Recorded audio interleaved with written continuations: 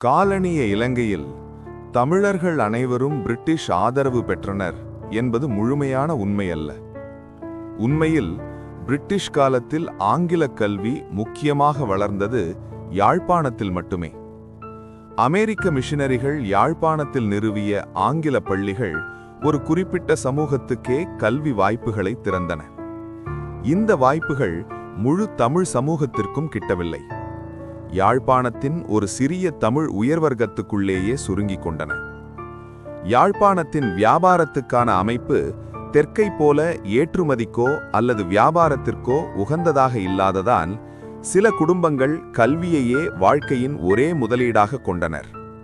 அதன் விளைவாக அரசு பணிகளில் யாழ்ப்பாணத்தைச் சேர்ந்த தமிழர்கள் அதிகமாக இடம்பெற்றனர். 1946ஆம் ஆண்டில் மக்கள் தொகையில் 11% மட்டுமே இருந்த இலங்கை தமிழர்கள் அரசின் எழுத்தர் பணிகளில் 33% இடங்களை பெற்றிருந்தனர். இதனை வரலாற்றாசிரியர் EFC லூடோவிக் கூறுகையில், இது இனச்சலுகை அல்ல என்று தெளிவாக குறிப்பிடுகிறார். அது அதிக உழைப்பு, சிக்கனம் மற்றும் தகுதி தேர்வுகளில் வெற்றி பெற்றதின் விளைவு என்பதை அவரது விளக்கம். அந்த நேரத்தின் பிரதமர் SWRD பண்டாரநாயக்கே கூட தமிழர்கள் தகுதியின் அடிப்படையிலேயே அரசு பணிகளில் முன்னிலை பெற்றனர் என்று ஒப்புக்கொண்டார். ஆனால் இந்த முன்னிலை முழு தமிழ் சமூகத்திற்கா? இல்லை. வடக்கு மற்றும் கிழக்கு பகுதிகளில் பெரும்பாலான தமிழர்கள் கல்வி வசதியின்றி வறுமையிலேயே வாழ்ந்து கொண்டிருந்தனர். இந்த உண்மையை ஆய்வாளர் ராஜேஷ் வேணுகோபால் தெளிவாக பதிவு செய்கிறார்.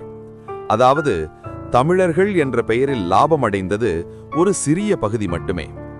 ஆனால் சுதந்திரத்திற்கு பிறகு இந்த வரையறுக்கப்பட்ட உண்மை புறக்கணிக்கப்பட்டது.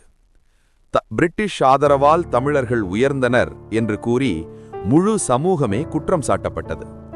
இதிலிருந்தே சிங்கள புத்த தேசியவாதம் வலுப்பெற்று இனப்பிளவும் அரசியல் துருவமயமும் தொடங்கியது.